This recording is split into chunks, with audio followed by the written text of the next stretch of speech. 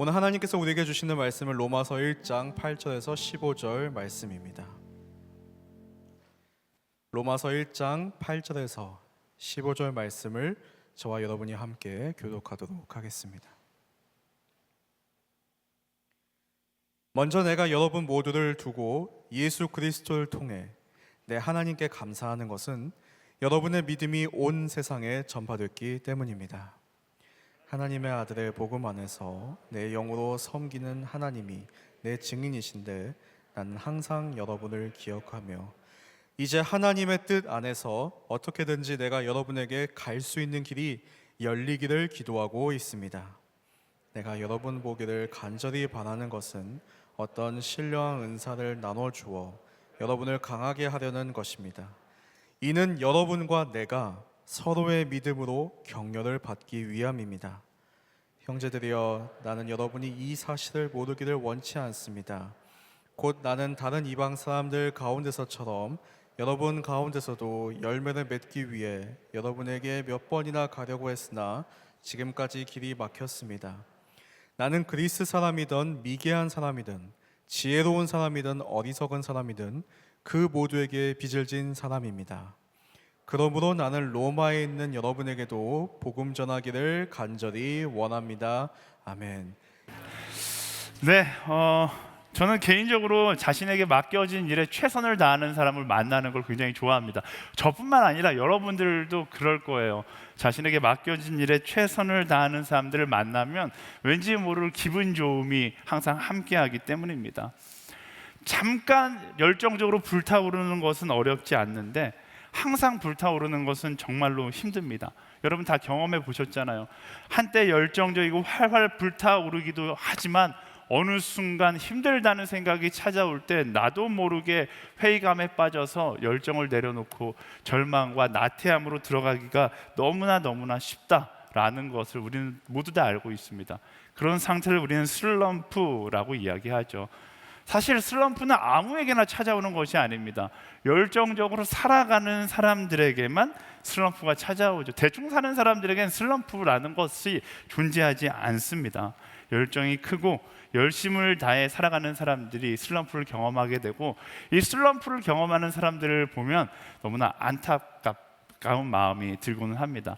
제가 목회를 하면서 정말로 한때 열정적인 사람들이 어느 순간 이런 슬럼프에 빠져서 하루아침에 열정을 잃어버린 채 하나님을 떠나는 모습들을 정말로 많이 만나보았습니다. 그럴 때마다 안타깝고 가슴이 굉장히 아팠던 기억이 있는데요. 어떻게 하면 열정을 놓치지 않고 언제나 열정적인 삶을 살아갈 수 있는가, 그리고 과연 그것이 가능한가, 그것을 고민하면서 말씀을 바라보면 말씀 가운데 그것이 가능하다는 것을 삶으로 증명해 주는 캐릭터가 등장합니다. 누군지 아시겠죠? 제가 로마서를 나누고 있으니까 이 로마서의 저자 사도 바울이 그런 사람이에요.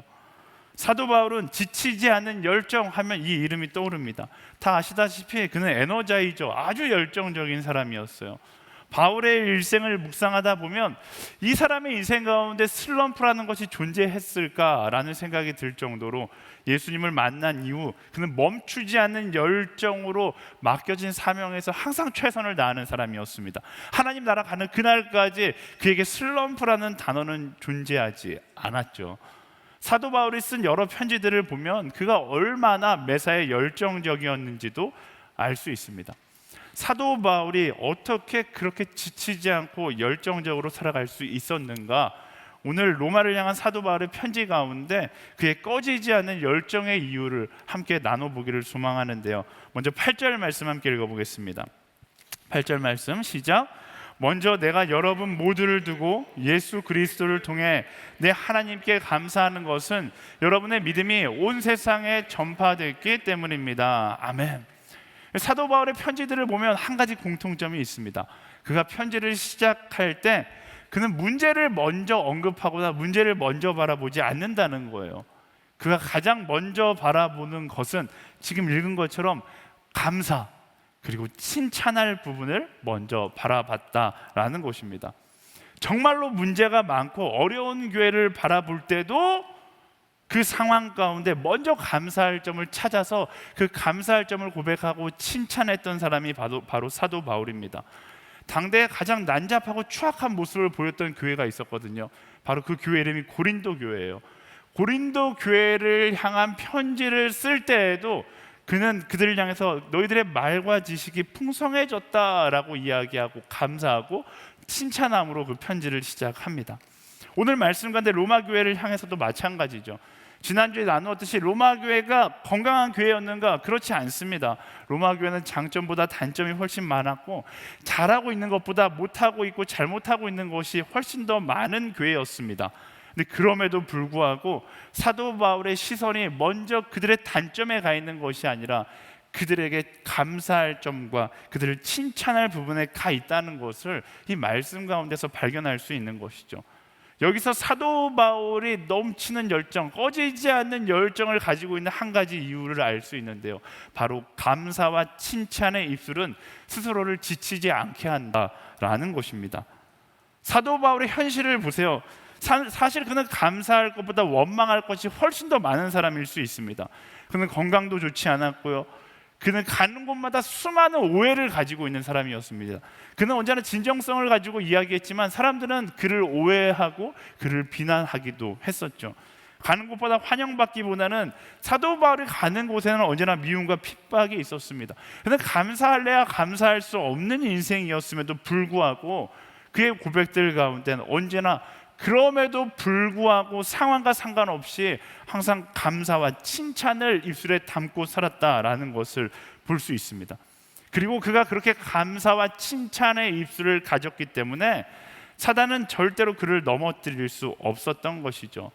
더 놀라운 것은요, 사도 바울이 그럼에도 불구하고 감사하고 칭찬하자 덩달아 절망 가운데서 일어나 열정을 회복하기 시작했다라는 것입니다. 칭찬은 고래도 춤추게 한다. 이게 바로 사도 바울의 삶을 이야기하는 것이죠.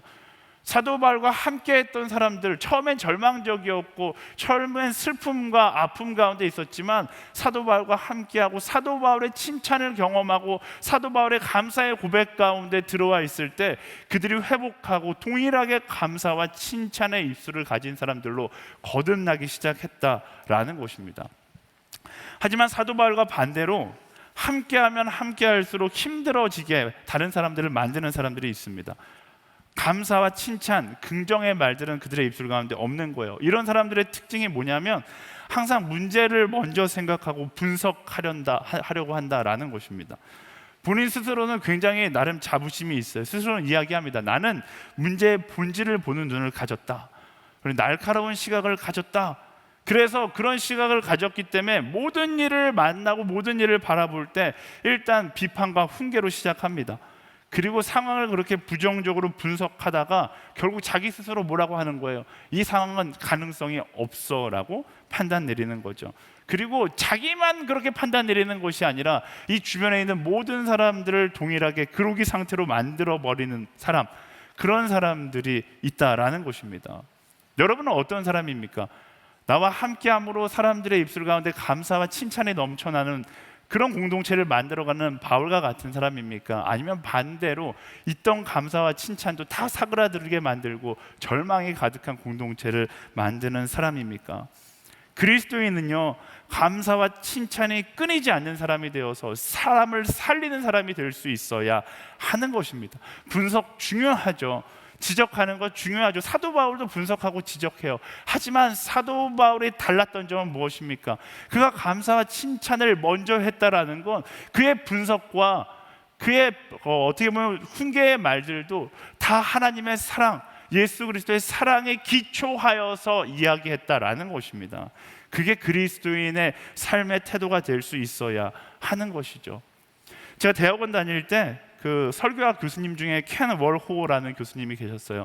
미국 분이셨는데 저는 이제 그 영어로 대학원을 이제 다녔으니까 짧은 영어로 대학원을 다녔는데 어쨌든 저는 이 교수님을 볼 때마다 정말로 사도 바울과 같다라는 생각을 많이 했어요. 항상 일단 에너지가 굉장히 넘치시는 분이셨고요. 뭐든지 긍정적으로 이야기하시는 분이었습니다. 특별히 이 교수님의 특징은 모든 것을 이야기할 때 칭찬과 격려를 해주신다라는 거예요. 설교학 교수였기 때문에 설교학 수업 어떤 수업이냐면 이제 지금은 목사가 돼서 이렇게 앞에 나와서 설교하지만 이제 목회 초년생들은 설교하는 걸 굉장히 부담스러워하거든요. 그럼 수업 시간에 신학생들을 쭉 앞에 세우고 교수님이 정중앙에 앉아 계시고 한 명씩 돌아가면서 자신이 준비해온 설교문을 가지고 설교하는 거예요. 설교하면 별의별 전설이 다 있습니다. 교수님이 설교문을 집어 던졌다라든지 뭐 설교를 왜 그따위로 하냐. 저희는 지금 막 은혜로 받아들이지만 신학교에서는 은혜로 받아들이지 않아요. 신학교가 가장 사악해요. 은혜로 받아들이지 않고 비판과 정죄의 시선으로 설교를 다 바라보거든요.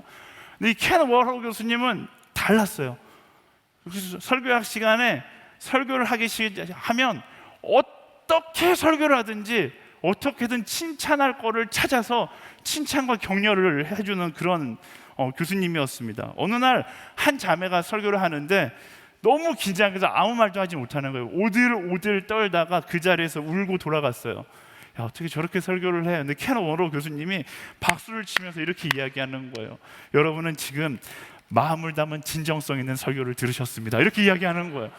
이 사람 대단하다. 어떤 학생은 설교를 하다가 스크래치를 잊어버린 거예요. I'm sorry, I cannot say anything 이렇게 이야기하는데 갑자기 교수님이 또 박수를 치면서 이야기하는 거예요. 여러분은 정말로 진실된 정직한 설교를 하는 설교자를 만났습니다. 못한다면 못한다고 이야기할 수 있는 설교자, 그게 진짜 설교자. 이런 식으로 칭찬을 하는 거예요. 제가 이제 설교할 때가 돼서 저는 이제 영어가 굉장히 약한 사람이기 때문에 앞에 나가서 막 되게 짧은 영어로 하는 거예요. 내세울 건 목소리 크기밖에 없으니까 God loves you 막 이렇게 설교를 했거든요. 그랬더니 교수님이 끝나고 또 제 설교를 평가하시는데, 야, 조나스는 진짜 목소리가 너무 커서 나중에 음향 시스템이 없는 오지에 가서도 설교할 수 있는 설교자가 될 거다, 이렇게 칭찬을 하시는 거예요. 진짜로 그 교수님의 설교대로 저는 아프리카 가서 이 짧은 영어로 설교를 했던 적도 있고요. 오늘의 제가 그 교수님의 그런 칭찬 때문에 있을 수 있지 않았나라는 생각이 듭니다. 항상 기억에 남는 건 교수님과 함께하는 것이 너무나 행복했고, 그 교수님의 에너지로 인하여서 많은 사람들이 기뻐했고 감사했고 똑같이 그 수업 가운데 함께 웃으며 희망을 꿈꿨다라는 것입니다. 저는 그게 바로 감사와 칭찬의 능력이고, 모두를 지치지 않게, 나 스스로를 지치지 않게 만들기도 하지만 또 누군가를 지치지 않고 힘을 낼 수 있게 만드는 힘이 바로 거기에 있다라고 확신합니다. 또 감사와 칭찬이 회복되면요, 인생의 슬럼프, 영혼의 슬럼프뿐만 아니라 청년부니까요, 연애의 슬럼프도 벗어날 수 있습니다. 제가 대학 청년 목회를 하면서 여러 연애의 슬럼프를 경험하는 사람들을 만나봤는데 한 가지 공통점이 바로 이거예요. 연애 생활 가운데 감사가 없어요. 칭찬이 없는 거예요. 항상 무언가 불만족스러운 것이죠. 사랑하는 남녀가 데이트를 하는데 상대를 향한 감사와 칭찬이 없으면 그건 최악의 모습입니다. 연애가 이제 나이가 30대가 되고 40대가 되고 연애의 경험이 쌓이면 연애를 잘해야 되잖아요. 근데 이상하게 경험이 쌓이면 연애를 잘 못해요. 왜? 당연한 거예요. 연애의 실패의 경험으로 인하여서 뭐가 사라져 버렸기 때문에, 감사와 칭찬이 사라져 버렸기 때문에 연애에 자꾸만 실패하는 겁니다. 자꾸만 과거에 있던 사람과 비교하고 계속해서 감사는커녕 불만을 쏟아내는 거죠. 미안해서 입술로 쏟아내지 못하지만 마음 가운데 끊임없이 쏟아내는 거예요. 지난번 남자친구가 사줬던 그 백은 가격대가 다른데 뭐 이런다거나, 그때 그 여자친구는 나에게 이렇게 하지 않았는데, 속으로 이제 그렇게 감사와 칭찬의 말들은 다 내려놓고 불만을 쏟아내게 되는 거죠. 그걸 연애 꼰대라고 이야기하는 거예요. 자꾸만 과거랑 비교하고 너는 왜 이것밖에 안 되냐, 너는 왜 이러냐 불평하면 연애의 슬럼프에 빠져 살게 되어 있습니다. 상대는 설레임으로 준비했는데 그 설렘을 무시한 채 연애하면서 상대를 비판하고 상대에게 훈계하려고 그러면 실패할 수밖에 없어요. 어떻게 해야 됩니까? 연애에 감사와 칭찬이 회복될 수 있어야 하는 것입니다. 100번을 연애했든 100번을 연애한 사람은 없겠죠. 어쨌든 수십 번을 연애했든 항상 처음 연애하는 것처럼 내 입술 가운데 상대를 향한 감사와 축복의 말들을 담아내면 그때부터 연애의 슬럼프가 끝나기 시작하는 거예요. 자그마한 일에도 감사하고 감동하고 칭찬할 때, 그때 바로 여러분을 세상에서 가장 매력적인 사람으로 만드는 것입니다. 다른 게 매력적인 게 아니에요. 내가 어떤 능력이 있고 스펙이 있고 여러분의 직업이 상대에게 매력으로 다가올 거라고 착각하지 마세요. 매력은 정말로 내 입술에 있는 감사와 칭찬의 말에 있다라는 사실을 기억해야 합니다. 또 공동체에서도 마찬가지예요. 감사 칭찬의 공동체를 이끌어 나갈 수 있어야 하는 것입니다. 저는 SNS 공동체의 감사와 칭찬의 언어가 넘쳐나게 되기를 소망합니다. 왜냐하면 감사와 칭찬만이 우리가 이야기하는 즐거운 헌신을 이끌어낼 수 있기 때문에 그래요. 이건 다 동의하시잖아요. 감사하는 사람이, 그리고 칭찬하는 사람이, 감사하는 공동체가, 칭찬하는 공동체가 우리가 그토록 원하는 즐거운 헌신을 이끌어낼 수 있다라는 것입니다. 여러분, 번아웃 된다고 이야기하잖아요. 번아웃 되는 행사들, 번아웃 되는 관계들, 번아웃 되는 공동체들, 특징이 무엇입니까? 감사와 칭찬이 없다라는 거예요. 서로를 향한 날카로운 비판과 부정적인 뒷담화만 넘쳐나는 거죠. 그래서 잘 돌아가는 것처럼 보일 수 있어요. 근데 엄청난 긴장감과 경직이 그 공동체 가운데 있겠죠. 사랑하는 여러분, 정말로 하나님께서 원하시는 공동체가 되기 위해선 서로를 향하여 감사의 입술을 열 수 있어야 되고 칭찬의 말들을 할 수 있어야 하는 것입니다. 비판할 필요 없어요. 공동체에서 누군가 실수했다고 비판할 필요 없어요. 내가 비판하지 않아도 실수한 그 사람이 제일 잘 알아요. 그렇잖아요. 제가 항상 이야기하잖아요. 여러분이 하지 않아도 세상 가운데 비판하고 있는 사람들은 이미 너무 많아요. 굳이 나까지 비판할 필요 없어요. 사랑하고 격려하는 사람은 없어요. 그렇다면 나는 어느 편에 서야 할까요? 비판과 훈계의 편에 서기보다 사랑과 칭찬, 감사의 말을 할 수 있는 한 사람이 될 수 있어야 하는 것입니다. 사랑하는 여러분, 여러분의 입술 가운데 감사와 칭찬이 넘쳐나는 그런 한 사람 한 사람 되기를 예수님의 이름으로 축원합니다. 그러면 어떻게 칭찬하고 감사할 수 있는가? 최 목사, 너무 억지스러운 거 아닌가? 이렇게 이야기할 수 있습니다. 근데 오늘 말씀을 자세히 들여다보면 사도 바울이 억지스러운 감사, 억지스러운 칭찬을 하고 있지 않다라는 걸 알 수 있어요. 8절 말씀 읽어볼까요? 다시 읽을게요. 시작. 먼저 내가 여러분 모두를 두고 예수 그리스도를 통해 내 하나님께 감사하는 것은, 여기까지 읽을게요. 뭐라고 이야기합니까? 예수 그리스도를 통해. 여기에 포인트가 있는 거예요. 예수 그리스도를 통해 보면 그때 비로소 감사할 것이 보이기 시작하는 거예요. 예수 그리스도를 통해 보면 그때 바로 칭찬할 것이 보이기 시작하는 거고요. 예수 그리스도를 통해 바라보면 그때 사랑할 것이 보이기 시작합니다. 근데 우리는 자꾸만 왜 비판합니까? 자꾸만 왜 비난합니까? 손가락질합니까? 예수 그리스도를 통해 보는 것이 아니라 예수 그리스도 없이 나의 시선으로, 세상의 시선으로 바라보니까 우리의 입술 가운데 감사도 사라지고 칭찬도 사라지고 사랑도 사라지게 되는 것이죠. 그리스도를 통해 세상을 바라보고 그리스도를 통해 사람을 바라볼 수 있는 그 믿음의 시선을 겸비할 수 있어야 하는 것입니다. 그래서요, 내 입술 가운데 감사, 칭찬과 격려의 말이 없다라면 뭐 해야 돼요? 내 인생 가운데 예수 그리스도라는 필터를 갖다가 놓아야죠. 그리고 예수 그리스도를 통해 세상을 보고 예수 그리스도를 통해 사람을 볼 수 있어야 하는 것입니다. 그래서 우리가 예배 드리는 거예요. 그래서 우리가 말씀과 기도로 일주일을 시작하는 것이고 큐티로 하루를 시작하는 것입니다. 내 삶의 예배를 세우는 이유가 예수 그리스도를 통해 세상을 바라보기 위해서 우리가 함께 말씀 앞에 서는 것. 여러분 그런 경험 안 해보셨어요? 저는 어려서부터 정말 그런 경험 많이 했거든요. 제가 어려서부터 이제 목회자 자녀로 자랐기 때문에 저희 아버지가 너 기도원 일주일 갔다 와 그러면 이제 기도원에 가서 일주일 동안 기도하고 돌아오는 거예요. 근데 놀라운 사실은 기도원 돌아갈 때는 세상이 어두워 보여요. 근데 기도원에서 기도를 하고 내려와서 지하철을 타고 집에 돌아가는 길에는 왜 이렇게 세상의 사람들이 아름다워 보이는지, 이유는 하나죠. 이전에는 나의 시선으로 세상을 봤다라면 예수 그리스도를 통해 세상을 바라보니까 세상이 아름다워 보이기 시작하는 거예요. 교회 예배도 마찬가지. 제가 성령 충만에 대해서 이야기하잖아요. 성령 충만하면 우리는 모든 아름다움을 다 포기해야 됩니다. 성령께서 임재하시면 어떤 일들이 일어납니까? 여러분의 화장도 포기해야 되고 오늘 애써서 만들었던 머리 스타일도 다 포기해야 돼요. 성령의 충만한 임재 가운데 우리는 이상한 언어로 이야기하기 시작하고 흘리고 싶지 않은 눈물이 나기 시작하고, 눈물만 납니까? 침도 튀고 콧물도 나고, 눈물도 좀 멋있게 나면 좋은데 어떻게 나요? 막 이렇게 울면서 우리 기도하잖아요. 그런데 놀라운 사실은 그 모습이 그 어느 때보다 아름다워 보이기 시작한다라는 거예요. 왜? 이전에는 세상의 시선으로 바라봐서 야 어떻게 저렇게 그지 같은 모습으로 기도를 할까 이렇게 바라봤다라면 예수 그리스도의 시선으로 바라보면 그 모습이 너무나 아름다워 보이기 시작하는 것이죠. 사랑하는 여러분, 예수 그리스도의 시선으로 예수 그리스도를 통해 사람을 바라보고 세상을 바라볼 수 있는 예배하는 한 사람, 기도하는 한 사람, 말씀 가운데 살아가는 한 사람이 되기를 예수님의 이름으로 축원합니다. 아멘. 우리 옆 사람에게 선포하겠습니다. 감사할지어다, 칭찬할지어다. 네. 아멘. 두 번째 9절에서 10절 말씀 함께 읽어보겠습니다. 9절에서 10절 시작. 하나님의 아들의 복음 안에서 내 영으로 섬기는 하나님이 내 증인이신데 나는 항상 여러분을 기억하며 이제 하나님의 뜻 안에서 어떻게든지 내가 여러분에게 갈 수 있는 길이 열리기를 기도하고 있습니다. 아멘. 딱 아시겠죠? 말씀을 바라보면 사도 바울이 얼마나 로마 교회를 위해서 열심히 기도하고 있는지 알 수 있습니다.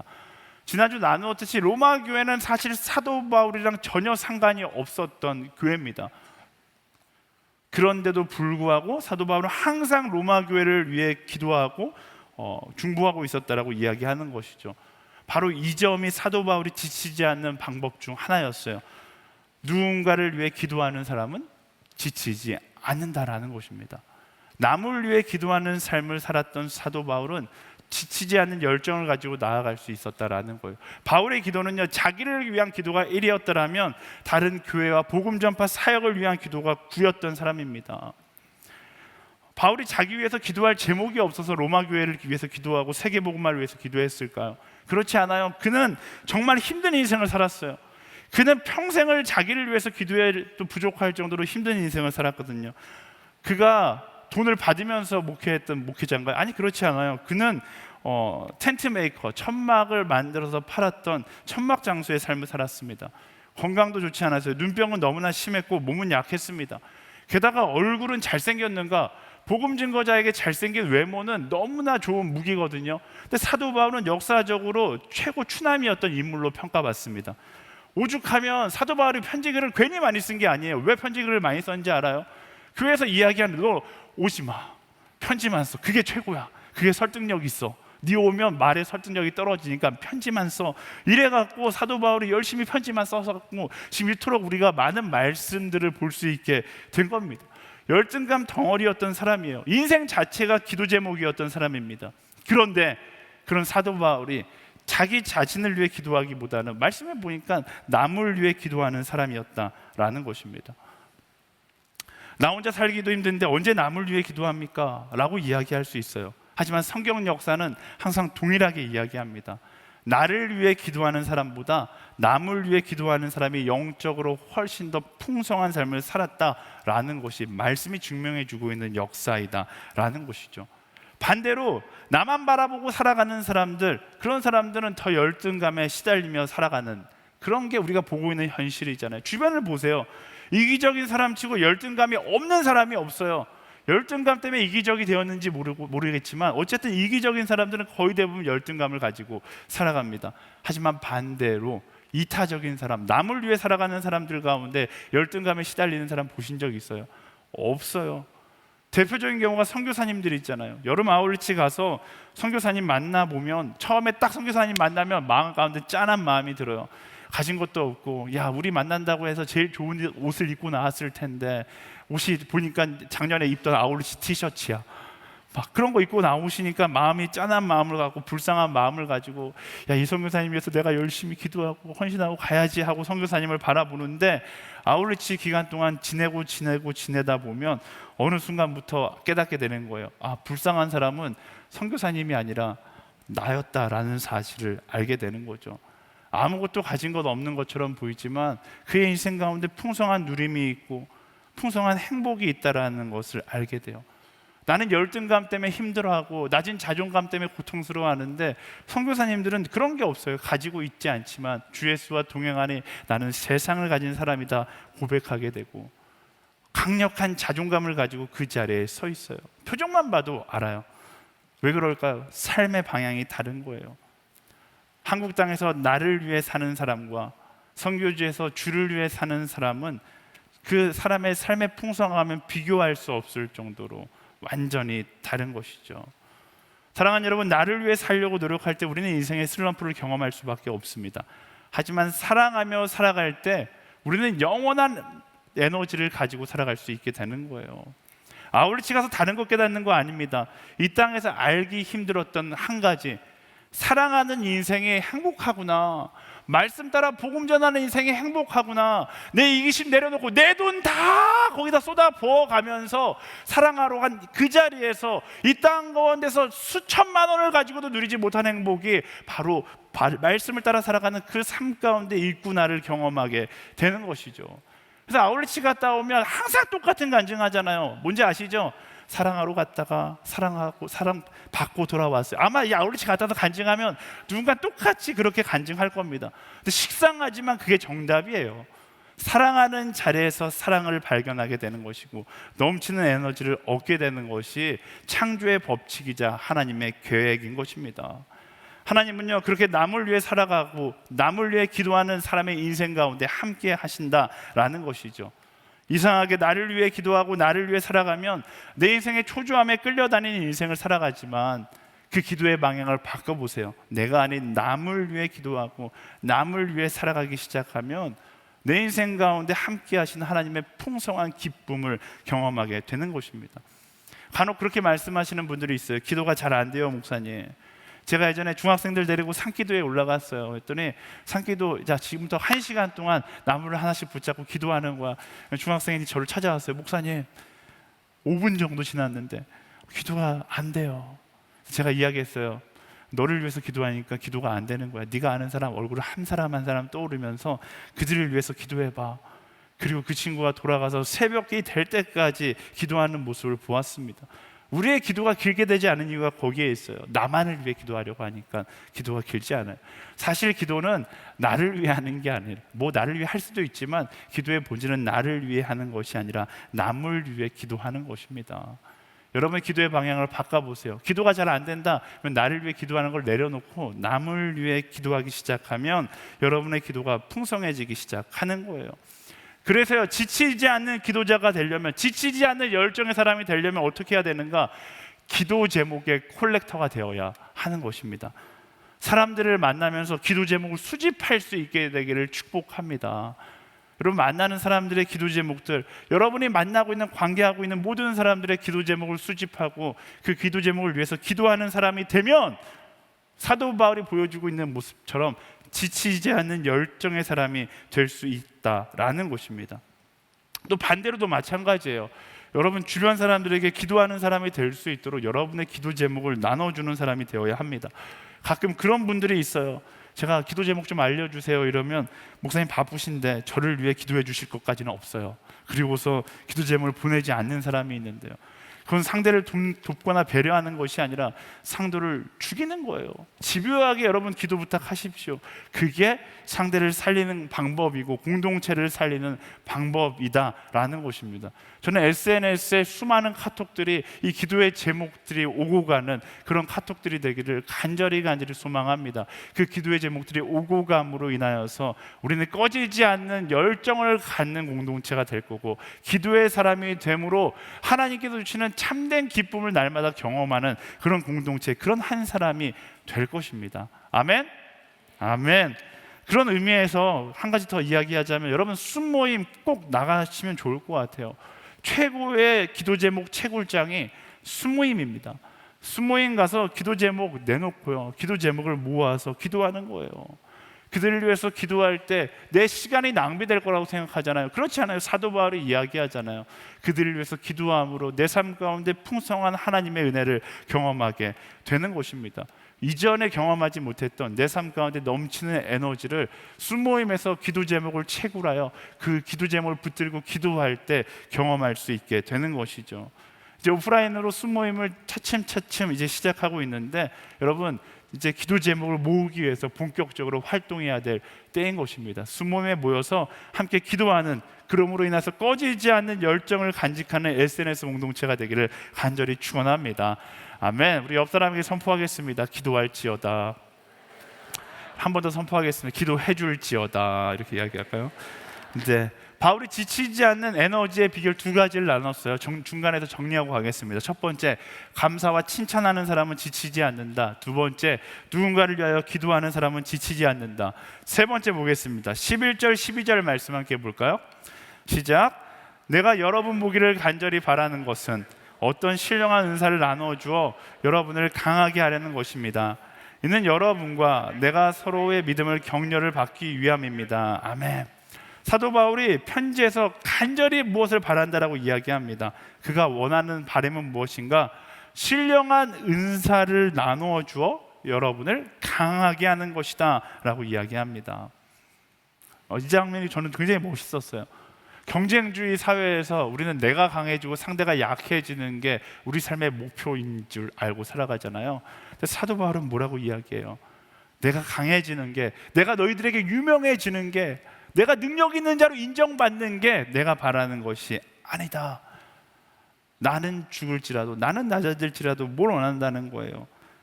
너희들이 온전히 서는 것을 나는 원한다 라고 이야기합니다. 이것이 사도 바울이 지치지 않았던 비결 중 한 가지였다라는 거예요. 그의 삶 자체가 세상 가운데 내가 강해지고 내가 유명해지고 내가 인정받고 내가 온전해지는 것에 있지 않고 누군가를 강하게 하고 누군가를 온전히 서게 하는 것이 그의 삶의 목표였기 때문이네. 그는 지치지 않고 끊임없이 누군가를 세우는 삶을 살아갈 수 있었다라는 것이죠. 사람들이 왜 지칠까요? 왜 슬럼프에 빠질까요? 결국 자기중심적인 생각 때문에, 나의 욕심과 나의 이기심 때문에 지치고 슬럼프에 빠지는 것이거든요. 세상을 향한 자기중심적인 시선이 오히려 자신을 지치게 만든다라는 것입니다. 지난주에 굉장히 바빠서 집에 늦게 들어간 날, 이제 아내와 단둘이 앉아서 아내에게, 제가 웬만하면 제가 아내에게 불평의 말들을 잘 하지 않거든요. 아내가 불평의 말을 하면 제가 항상 하는 얘기가 예수님처럼 생각해, 이렇게 이야기해요. 그래서 아내에게 복수당하지 않기 위해서 그런 말을 잘 안 하는데, 그날따라 너무 힘든 거예요. 너무 약간 지친 거죠. 그래서 아내에게 그런 이야기를 했어요. 나 혼자 달릴 때는 괜찮다, 지치지 않는다, 기쁘다. 그런데 지치는 순간이 있다. 주변을 돌아보면 지친다. 모두가 걷고 있는데 나 혼자 달리고 있다는 것을 느끼면 나는 지친다. 오늘 밤 퇴근하고서 집에 교회에 불을 다 끄고 마지막으로 나오고 있는데 그때 다른 사람은 다 어디 갔지? 퇴근했지. 나 혼자 집에 가는, 나는 이제까지 홀로 뭐 하는 것인가? 상대적 박탈감을 느끼는 그 순간 나는 지친다, 너무 힘들다 라고 이야기를 했어요.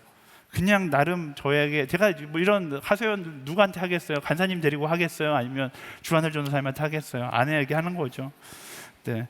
아내가 근데 굉장히 지혜로워요. 네. 예수님처럼 생각해, 이렇게 말하진 않았지만 이야기하는 거예요. 그게 정상이다. 당신 목사잖아. 목사가 왜 비교를 하냐? 목사는 원래 섬기는 사람 아니냐?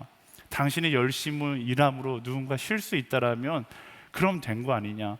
그럼 당신 사명 다하는 거지. 그게 기쁜 거 아니냐? 근데 집에는 좀 일찍 다녀라, 그렇게 이야기하더라고요. 네. 어제는 그 얘기를 듣는데 정신이 번쩍 들었어요. 그렇지, 나는 섬기는 사람이지. 내가 하고 있는 모든 열심으로 인하여서 누군가가 조금 더 편하고 누군가가 쉴 수 있다라면 그게 나의 기쁨인데, 뭐예요? 나의 이기적인 관점으로 세상을 바라보기 시작하니까 그때부터 스스로 자기 상대적 박탈감으로 인해서 힘들어지는 것이죠.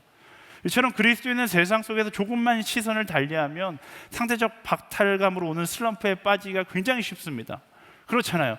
이 좋은 주일날, 일요일날 남들은 다 놀러 가는데 난 여기서 지금 뭐 하고 있는가?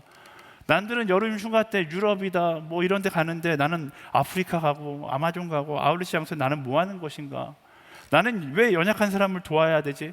나보다 잘 나가는 사람들도 안 돕고 다 가만히 있는데 왜 내가 해야 돼? 왜 내가 고생해야 되지? 내가 굳이 왜 저 사람 때문에 이 고생을 해야지? 이런 생각을 할 수밖에 없는 삶을 살아가는 게 사실 그리스도인입니다. 언제? 주변을 바라보고 누군가를 비교하기 시작하면 우리는 이런 고백을 할 수밖에 없는 삶을 살아가요. 왜? 그리스도는 낮은 자들이고 낮은 곳에서 섬기는 사람들이기 때문입니다. 그럴 때 우리는 어떻게 해야 됩니까? 주변을 바라보며 비교하는 것이 아니라 주님을 바라봐야 하는 거예요. 말씀을 바라봐야 하는 거예요. 그리고 가장 중요한 것, 예수님을 바라봐야 하는 것이죠. 주변을 바라보고 비교하기 시작하면 가장 억울한 삶을 살아가는 게 그리스도인이에요. 그런데 그보다 더 억울하게 살아가셨던 분이 누구세요? 예수님이시잖아요. 예수님은 무엇을 위하여 상대적 박탈감을 뒤로하고 십자가에 오르셨을까? 살리기 위해서, 사랑하기 위해서. 그게 그가 오셨던 이유이기 때문에 가장 억울하셨지만 그 억울함을 뒤로하고 그 사명을 잊지 않고 십자가에 오르셨던 거예요. 그 예수님을 기억하면 내가 오늘 경험하는 억울함이 과연 큰 억울함일까요? 예수님께서 그 억울함을 감내하셨기 때문에 우리가 영원한 생명을 허락받을 수 있게 된 것이잖아요. 예수님이 십자가에 오르시기 전에, 못 박히시기 바로 직전에, 야, 자세히 보니까 너 아무것도 안 하더라. 베드로, 너 나 배신하고 가더라. 이렇게 계산하기 시작했다라면 구원의 능력은 아마 없는 이야기가 되었을 겁니다. 근데 그렇지 않잖아요. 예수님께서 모든 억울함을 감내하고 그 사명을 다하심으로 인하여서 우리가 오늘 영원한 생명을 얻게 되는 것이잖아요. 사랑하는 여러분, 상대적 박탈감은 사명을 잊어버린 자들에게 찾아오는 사단이 주는 거짓 마음입니다.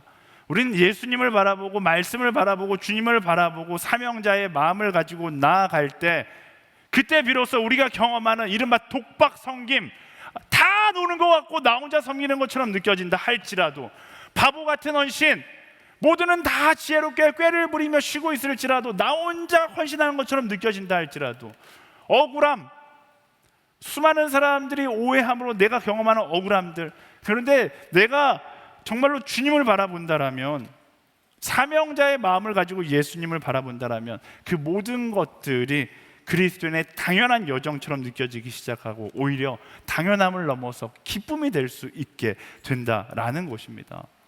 사단은요, 우리 삶의 계명과 사명이라는 본질을 지우기 위해서 호신탐탐 상대적 박탈감을 주려고 합니다.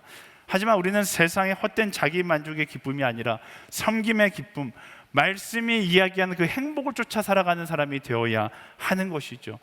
주변을 바라보며 비교하지 마세요.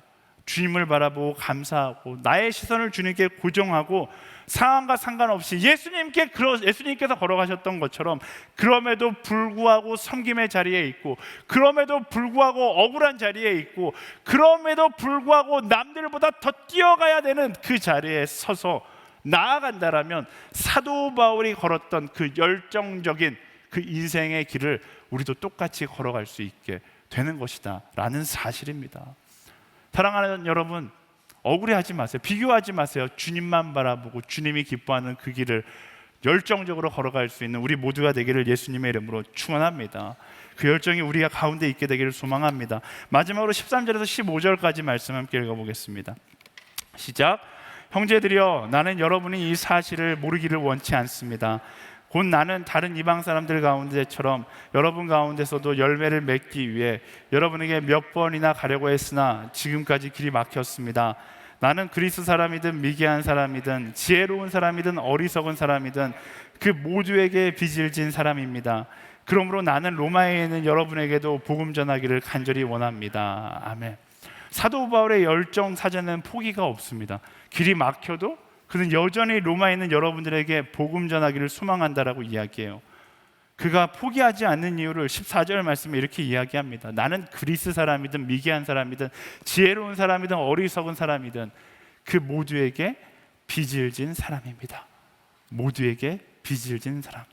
왜 그가 스스로를 빚을 진 사람이라고 이야기하고 있는가? 빚을 졌다라고 하면 굳이 이야기하자면 하나님께 빚을 진 것인데 로마에 있는 교회에게 빚을 진 것은 아니잖아요. 근데 그가 빚을 진 자라고 이야기하고 있는 것은 그에게는 은혜의 사명이 있었기 때문에 그래요. 그리스도의 복음의 소식을 먼저 받은 자로서 사도행전 1장 8절의 말씀 가운데 주어진 땅끝까지 이르러 내 증인이 되리라 라고 말씀하셨던 그 사명을 다하지 못한다라면 나는 영원히 빚진 자가 될 수밖에 없다라고 고백하고 있는 것이죠. 그래서 로마 교회 가운데 내가 받은 복음을 그들에게 전하지 못하면 나는 빚진 자의 마음이 될 수밖에 없다라고 이야기하고 있는 거예요. 그리고요, 이 고백은 우리에게도 마찬가지입니다. 똑같아요. 사도 바울이 자신을 이야기할 때 모두에게 빚진 자라고 이야기하는 그 고백은 우리에게도 동일합니다. 왜? 우리도 누군가에게 복음을 받은 사람들이기 때문에 그래요. 누군가에게 복음을 받았다라면 우린 복음의 빚진 자가 되어서 어떻게 해야 됩니까? 누군가에게 그 복음을 흘려보낼 수 있는 사람이 되어야 하는 것이죠. 사도 바울과 같이 복음의 빚진 자라는 마음을 내가 기억한다라면 지치지 않는 열정을 가지고 나아갈 수 있다라는 것이죠. 지치지 않은 열정을 가지고 사도 바울이 달려갔던 그 사명자의 길, 그 길이 바로 저와 여러분들이 모두가 함께 걸어가야 할 길입니다. 그 마음을 가지고 아울리치도 가고 그 마음을 가지고 FA도 가고 그것뿐인가요? 그 마음을 가지고 가정이라는 선교지를 향하여 나아가는 것이고 직장이라는 선교지를 향하여 나아가는 것이고 캠퍼스라는 선교지를 향하여 나아가는 것이고 친구들이라는 미전도 종족을 향하여 나아가는 것이 복음의 빚진 자가 걸어가야 될 길이다라는 것입니다. 저를 따라해 보시겠어요? 나는 복음의 빚진 자입니다. 그 빚진 자의 마음을 가지고 걸어가야 하는 거예요. 굉장히 오래된 찬양인데 이런 찬양이 있어요.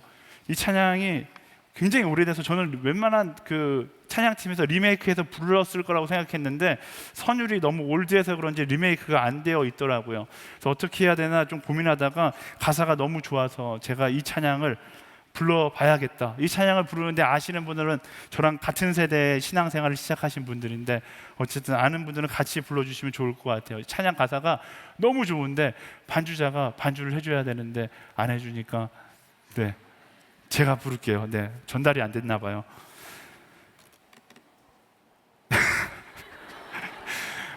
해줄 거예요? 네, 감사해요. 네, 감사와 칭찬의 언어로 그대를 격려합니다. 네, 와. 반주자도 모르는 찬양일 것 같은데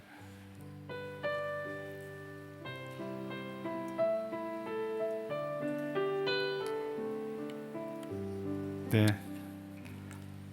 평생 갚아도 빚진 자 되어 주님의 빚진 자 되어 저만 알아요? 네. 주님 가신 길 택하였건만 눈물만 솟구치네 생명 주시니 주님이시라 능력 주시니 주님이시라 말씀 전하여 복음 전하여 주님의 빚을 갚으리. 한 번 더 같이 불러볼까요? 평생 갚아도 빚진 자 되어 주님의 빚진 자 되어 주님 가신 길 택하였건만 눈물만 솟구치네 생명 주시니 주님이시라 능력 주시니 주님이시라 말씀 전하여 복음 전하여 주님의 빛을 갚으리. 아멘. 네. 누군가 저 찬양할 때 목사님은 찬양을 트로트처럼 불러요 이렇게 이야기하더라고요. 네. 어쨌든 저한테 잘 어울리는 찬양인 것 같긴 한데 이 찬양의 가사가 너무 멋있지 않습니까? 우린 복음의 빚진 자 되어 말씀 전하여 복음 전하여 주님의 빚을 갚아가는 사람이다라는 것입니다. 그 사명자의 마음을 가지고 꺼지지 않는 열정을 가지고 나아가는 우리 모두가 되기를 예수님의 이름으로 축원합니다. 오늘 말씀을 정리할게요. 사도 바울은 지치지 않는 열정을 가진 사람이었습니다. 그가 지치지 않는 열정을 가질 수 있었던 네 가지 이유를 이야기했어요. 첫 번째, 감사와 칭찬의 입술을 그가 가지고 있었다라는 것입니다. 그는 예수님을 통해 상황을 바라보고 예수님을 통해 사람을 바라봤어요. 그래서 그 예수님의 말씀을 따라 감사와 칭찬을 아끼지 않는 사람이었다라는 것입니다. 여러분 일주일의 삶 가운데 여러분의 입술에 감사와 칭찬을 담는 모두가 되기를 소망합니다. 두 번째는 그는 기도 제목 콜렉터였다라는 거예요. 그는 자신을 위해 기도하기보다 끊임없이 상대를 위해 기도하는 사람이었다라고 이야기합니다. 나만을 위해 기도하기보다 남을 위해, 공동체를 위해, 열방을 위해 기도할 수 있는 한 사람이 될 때 우린 지치지 않는 열정을 가지고 살아갈 수 있게 되는 것입니다. 세 번째, 상대를 세우는 사람이었다라는 거예요. 그는 경쟁하지 않았습니다. 나보다 저 사람이 높아지면 어떻게 될까 노심초사하지 않았어요. 항상 사람들이 어떻게 하면 더 온전히 설 수 있을까? 어떻게 하면 더 강해질 수 있을까? 나를 깎아야만 그가 강해질 수 있다라면, 내가 억울함을 경험해야지만 그가 강해질 수 있고 그가 온전해질 수 있다라면, 그것을 선택했던 사람이 바로 사도 바울이었고, 그런 마음을 가졌던 사람이었기 때문에 지치지 않는 열정을 가지고 살아갈 수 있었다라는 것입니다. 그리고 그는 모두에게 빚진 자다라는 마음을 가지고 살았던 사람이에요. 복음의 빚진 자의 마음을 가지고 마지막까지 달려갔던 사도 바울, 우리도 마찬가지죠. 그 복음을 받은 사람으로서 복음의 빚진 자가 되어 열방을 향하여 나아갈 수 있는 우리 모두가 되기를 예수님의 이름으로 축원합니다. 오늘 말씀을 마치기 전에 마지막으로 영상 하나를 보기를 원하는데요. 제가 이 영상을 굉장히 좋아해요. 복음의 빚진 자에 관한 영상인데요. 굉장히 오래된 영상 필름입니다. 그 성교학의 이제 어떤 그 획을 그었던 영상들이 몇 개 있어요. 그 중에 이 영상은 어서와 주세요라는 25분짜리 영상인데 25분을 다 볼 수는 없고요. 마지막 엔딩 부분을 잠깐 보려고 합니다. 제가 대학교 때 이 영상을 보고서 번역 선교사의 꿈을 꾸게 되었는데, 여러분 하나님께서 이 영상을 통해 뭐라고 말씀하실지 모르니까 긴장하시고서 영상을 보면 좋을 것 같아요. 파푸아 뉴기니의 세픽 왕 부족에서 성경 번역 선교사로 사역했던 마를린 선교사가 경험했던 일을 기록한 영상입니다. 마를린 선교사는 성경 번역 선교사였기 때문에 부족에 들어가서 바나나 잎에 글자를 써가며 성경을 번역했고 부족에 성경을 보급하기 시작합니다. 그리고 그 선교사가 성경을 다 번역하고 나서 그곳에서 경험했던 두 가지 사건이 이 영상의 마지막 5분에 기록되어 있습니다. 이 마지막 5분, 그 두 가지 사건은 어떤 사건이었는지 함께 보고 오늘 말씀을 마무리하도록 하겠습니다. 영상 함께 볼까요? 어느 날 저는 마을을 지나가고 있었는데 마침 노킨이라는 사람의 집에 가까이 가게 됐습니다. 이제 노킨은 이 마을에서 가장 나이 많은 사람 중에 한 사람이죠. 그는 우리 모두의 아버지와 같이 대접을 받고 있는 사람입니다. 그는 저에게 대단히 어려운 질문을 하기 시작했죠. 마릴린, 나를 좀 보세요. 나는 이제 늙었어요. 나의 피부는 쭈글쭈글하고 나의 눈은 잘 보이지 않고 나의 손가락은 관절염이 걸렸어요. 나는 당신이 나의 말을 바나나 잎에 새기면서 마을을 걸어다니는 것을 보았어요. 나의 아버지나 많은 나의 친척들은 여러 해 전에 죽었죠. 그들은 하나님에 관해서 아무것도 알지를 못했어요. 나 역시 너무 늦었어요. 나는 너무나 나이가 많아서 나의 말을 읽는 법을 배울 수가 없습니다. 그러면서 그분은 저에게 물었습니다. 당신이 아주 나이 어린 소녀였을 때 파푸아 뉴기니에 나와 같은 사람이 있다는 것을 알았습니까? 그래서 나는 네, 저는 책을 읽고 파푸아 뉴기니에 대해서 알게 됐죠. 그러자 그는 나에게 이렇게 말하는 것이었어요. 마릴린, 왜 여기 오는데 그렇게 시간이 많이 걸렸나요? 저는 그 말에 너무나 마음이 아팠습니다. 마음속으로는 울고 있었습니다. 주님, 제발 다른 사람들은 이 사람과 같이 이렇게 오랫동안 기다리게 하지 마십시오.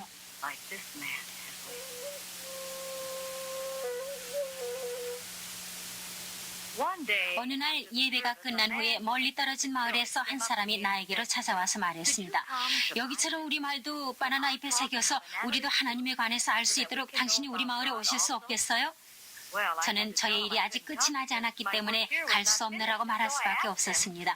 그래서 저는 그가 사는 곳이 어딘지를 물어보았고 그는 멀리 떨어진 산악지들을 가르쳐 주었습니다. 그래서 저는 우리가 그의 마을을 곧 방문하겠다고 약속해 주었습니다. 며칠 후에 우리는 몇 사람을 모았습니다. 우리 마을의 그리스도인들은 우리가 그 약속을 잊어서는 안 될 것이라고 했습니다. 그들은 다른 마을 사람들과 그들의 필요에 대해서 큰 책임감을 느끼고 있었습니다. 그래서 우리는 강을 거슬러 올라가기 시작했습니다. 우리는 서로 다른 언어를 사용하고 있는 여러 마을들을 지나가게 됐죠. 그 언어들은 전혀 문자로 기록돼 본 적이 없는 언어들이었습니다.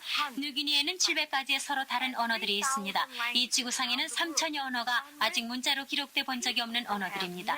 그런 언어를 쓰는 사람들은 예수님에 관해서 들어본 적이 물론 없습니다.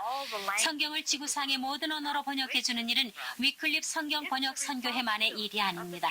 이것은 지구상에 있는 모든 교회와 그리스도인들의 책임인 것입니다. 위클립 선교회는 성경이 평범한 사람들에 의해서 번역될 수 있기 위해 쓰임받고 있는 하나의 도구에 불과한 것입니다. 하루 종일 강을 거슬러 올라가서 우리는 마을 하나를 발견하게 됐습니다. 산속에 숨겨져 있는 마을이었죠. 그곳 사람들은 우리들이 약속을 지켰다는 사실에 대해서 매우 감격했습니다. 우리들이 그 마을을 방문한 역사상 최초의 백인들이었습니다. 나는 그 마을 사람들과 얘기하면서 마을의 중앙에 자리 잡은 새 집 하나를 주목하게 됐습니다. 그 집은 다른 여러 집과는 아주 달랐죠. 저는 그 마을 지도자에게 물어봤습니다. 저기 있는 저 집은 뭐 하는 집이에요? 그 집은 하나님의 집입니다. 하나님의 집이라고요? 아니 그러면 이전에 여기에 선교사가 있었나요? 아니요. 우리 마을에 결코 선교사가 온 일이 없습니다. 저는 다시 묻지 않을 수가 없었습니다. 그러면 목사님이 계셨어요?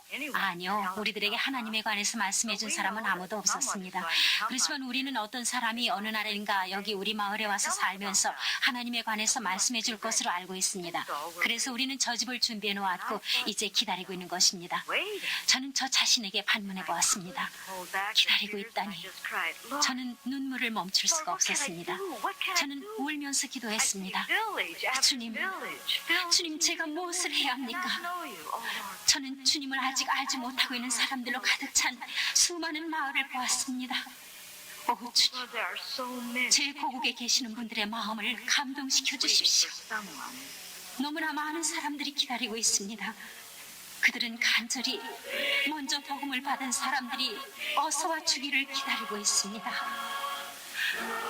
어서 와주세요.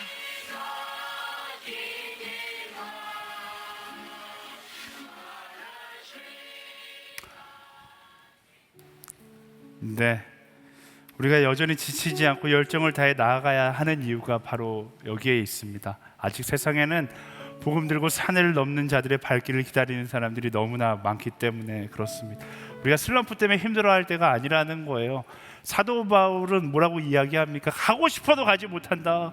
복음을 전하고 싶어도 전하지 못해서 안타까워하며 그 열정을 삭히고 있는 그런 모습인데 우리는 어떻습니까? 우리는 가고 싶으면 갈 수 있어요. 가야 하면 갈 수 있어요. 우리의 가정 가운데 복음을 전하기 위해서 가야 하면 갈 수 있는 곳입니다.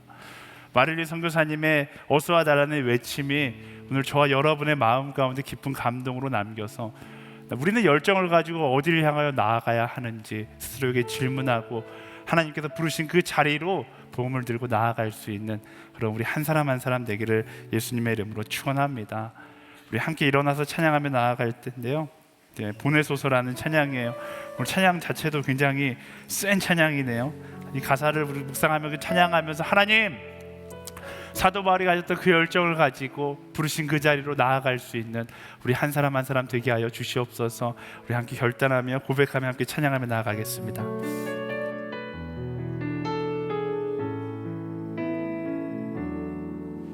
주님 나를 택하사 잃어버린 자에게 아버지의 사랑을 나누게 하시네. 어두움을 밝히며 차가운 마음 녹이는 진리의 빛 전하게 하소서. 성령으로 임하사 성령으로 임하사 소망 없는 자에게 생명의 그 말씀을 전하게 하시네. 목자 없는 양같이 방황하는 저들에게 주의 사랑 전하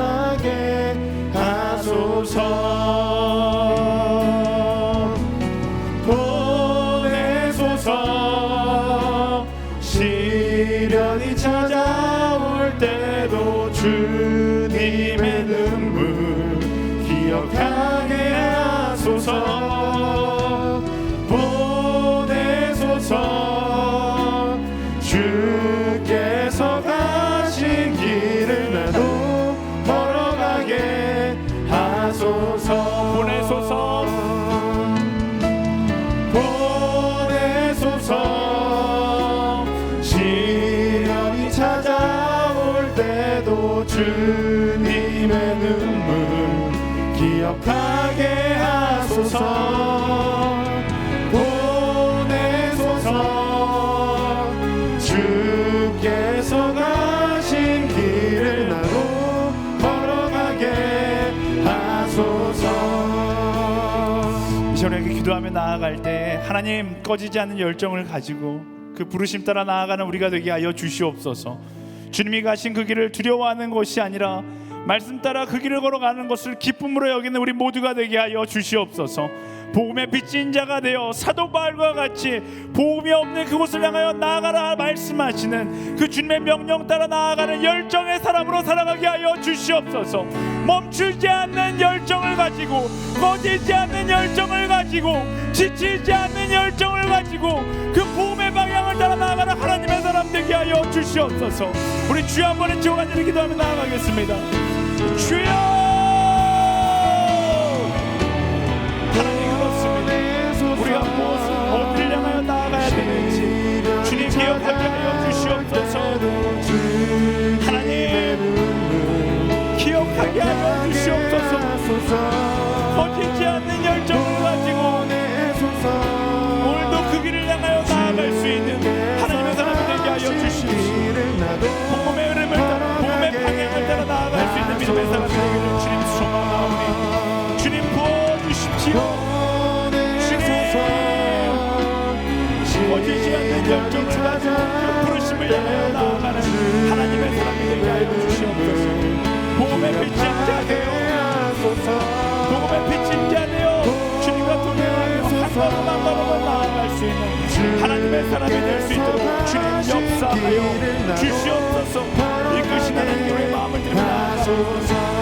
복음이 없는 그곳을 향하여 아버지 우리가 가야 할 그 방향을 향하여 나아가는 하나님의 사람이 되게 하여 주시옵소서. 땅 끝까지 이르러 지근이 되기 위하여 때로는 나의 억울함을 내려놔게 나의 하나님 그럼에도 불구하고 그 길을 향하여 나아가는 하나님의 사람이 될 수 있도록 인도하여 주시옵소서. 이끄신 하나님 우리의 마음을 들여 나아가게 채우신 우리의 마음을 들여 나아가게 하나님 주님 꺼지지 않는 열정을 가지고 그 길을 걸어가는 사람들을 소망합니다. 멈추지 않는 열정을 가지고 그 믿음의 걸음걸음을 나아갈 수 있는 하나님의 사람이 되기를 소망합니다. 우리가 걸어가야 할 길이 어디에 있습니까?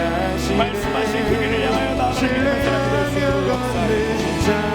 이끄신 하나님 그 비전의 길을 향하여 나아갈 수 있는 하나님의 사람이 되시옵소서. 복음이 없는 방향을 향하여 나아가는 믿음의 사람이 될 수 있도록 역사하여 주시옵소서. 아멘. 아멘. 주님 주가 일하시는 것을 알게 우리는 오늘 한 걸음 한 걸음 내딛습니다. 하나님 부르신 그 자리를 향하여 한 걸음을 내딛습니다. 두려워하는 것이 아니라 그 걸음이 기쁨의 걸음이 되게 하여 주시고 그 고백이 믿음의 고백이 될 수 있도록 인도하여 주시고 그 결단을 통하여 일하실 그 하나님께 나의 마음을 들며 나아갈 수 있도록 주님 역사하여 주시옵소서. 아끼지 않는 자에게 아멘. 아멘. 주님께서 주시는 그 마음을 가지고 순전한 마음을 가지고 나아가시는 하나님의 사람이 되기를 소망하니 주님 붙잡아 주시고 주님 역사하여 주시옵소서. 아멘. 주님 따라 가기를 소망합니다. 주님 바라보기를 소망합니다. 주님의 이끄심을 따라 나아가는 사람이 되기를 소망합니다. 역사하여 주시옵소서. 주께 아멘. 아끼지 않는 자에게 주가 일하시네. 주가 일하시네. 신뢰하며 걷는 자에게 이 시간 시간 우리 함께 이어서 기도하며 나아갈 때 우리의 삶 가운데 감사와 칭찬이 멈추지 않게 하여 주시옵소서. 그로 인해 내가 서 있는 모든 자리마다 나를 통하여 죽어가는 자들이 살아나는 놀라운 역사를 경험하게 하여 주시옵소서. 예수님의 그 사랑의 마음을 전하는 통로로 살아가게 하여 주시옵소서. 우리의 삶 가운데 감사와 칭찬의 언어가 넘쳐나기를 소망하며 우리의 공동체 가운데 감사와 칭찬의 언어가 넘쳐나기를 소망하고 나의 가정 가운데 나의 부르신 자리에서 감사와 칭찬의 언어로 사람을 살리는 영혼으로 살아가게 되기를 소망하며 우리 주여 한번 해주시고 다시 한번 간절히 기도하며 나아가겠습니다. 주여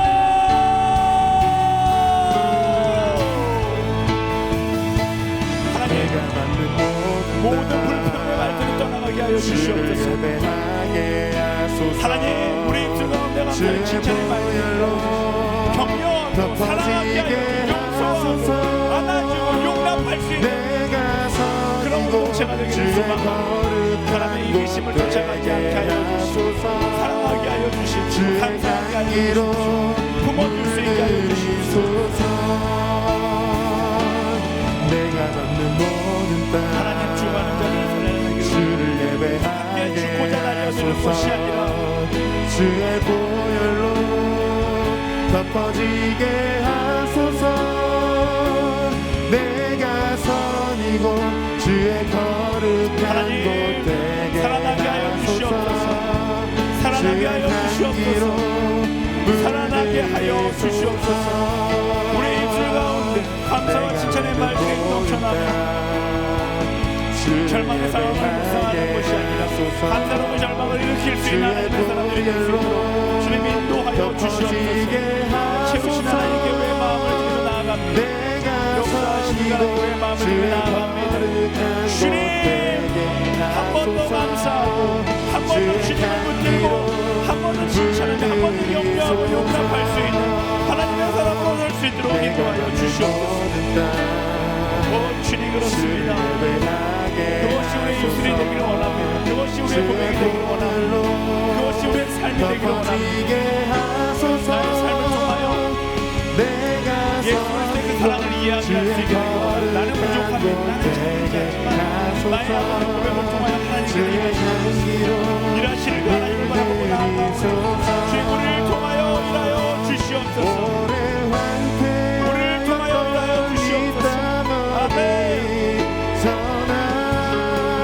순결한 꽃들 피어나고 푸른 의의 나무가 가득한 세상 평화가 있게 하여 주시고 용납이 있게 하시고 사랑이 있게 하시고 격려가 있게 하시고 오래 황폐하였던 이 땅 품어줄 수 있도록 역사하여 주시옵소서. 순결한 꽃을 피어나고 푸른 의의 나무가 가득한 세상 우리 통하여 말씀하여 함께 주시옵소서. 통하여 말씀하여 주시옵소서. 그들 가운데 평화가 있고 그들 가운데 감사가 넘치고 그들 가운데 용납이 있게 하여 주시옵소서. 선한 순결한 꽃들 아버지 붙잡아 주시겠습니다. 채우시는 약속의 마음을 듣고 나아가고 기억하게 하여 세상 우리 함께 보리라. 이제 우리 마지막으로 한 번 더 기도하며 나아갈 때 하나님 우리의 삶 가운데 수많은 억울한 일, 힘든 일, 슬픈 일을 만난다 할지라도 나의 억울함과 나의 섬김과 나의 낮아짐을 통하여 누군가를 세울 수 있다라면, 누군가를 사랑할 수 있다라면, 누군가의 마음에 예수 그리스도의 마음을 조금이라도 남길 수 있다라면 그 억울함조차 기쁨으로 여기는 한 사람으로 살아가게 하여 주시옵소서. 그 사명을 기억하는 사명자로 살아가게 하여 주시옵소서.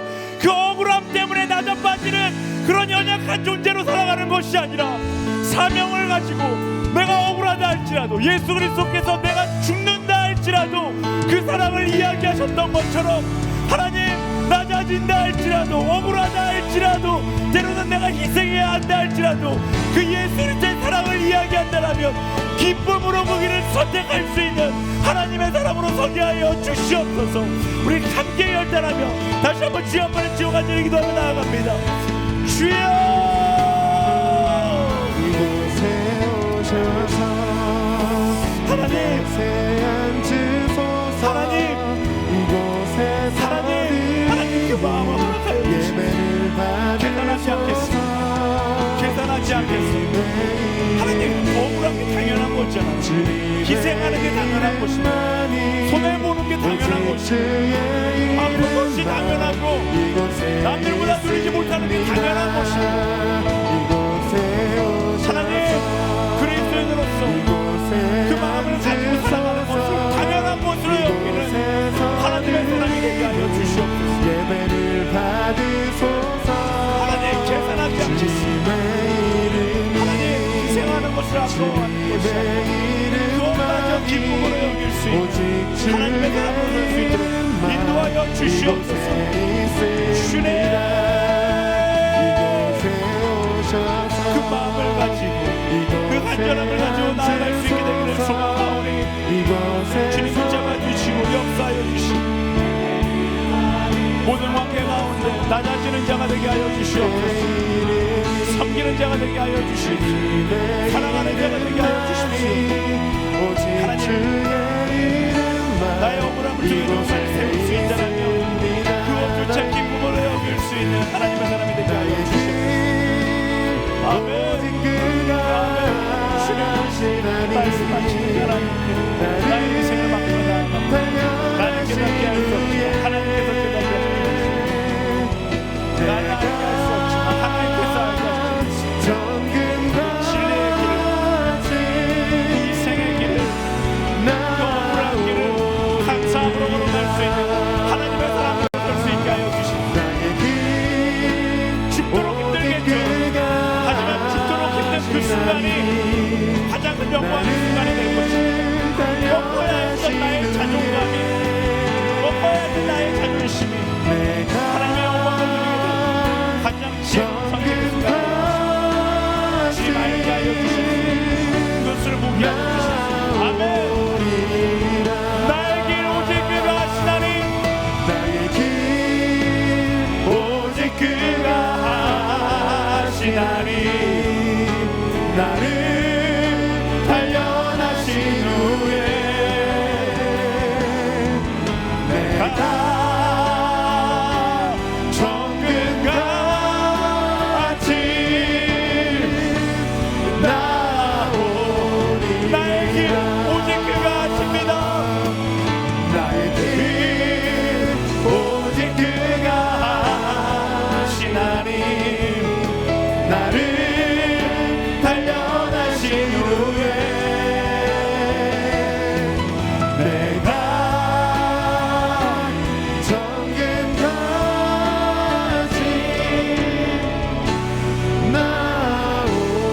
나오리라. 아멘. 나의 길 오직 그가 하시나니 나를 단련하신 후에 내가 정금같이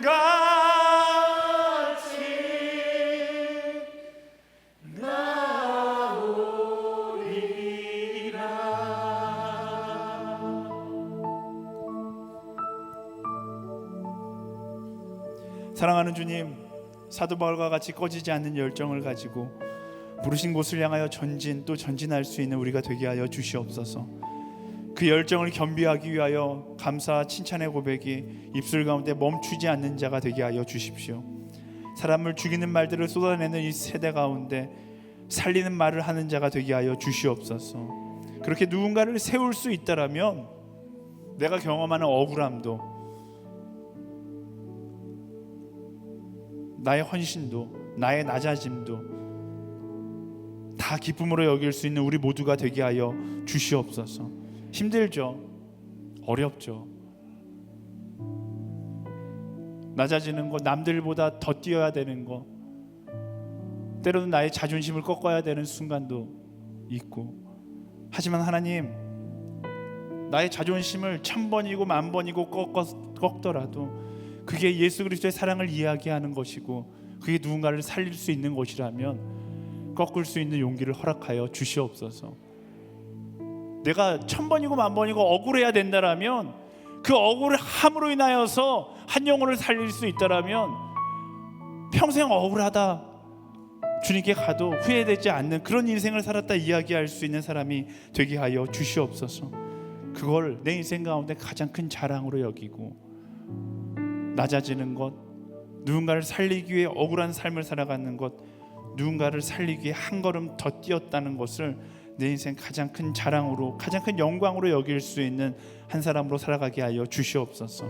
그렇게 복음의 비친 자가 되어서 내가 받은 복음 마지막 날까지 그 복음을 흘려보낼 수 있는, 멈추지 않는 우리 모두가 되게 하여 주시옵소서. 그렇게 이끄실 그 하나님께 우리의 삶을 맡겨드리며 살아계신 예수 그리스도의 이름으로 간절히 기도드립니다. 아멘. 우리 기도 가운데 함께 하신 하나님께 감사의 영광의 박수를 드리겠습니다. 아멘. 주님 감사합니다. 아멘. 주님 감사합니다.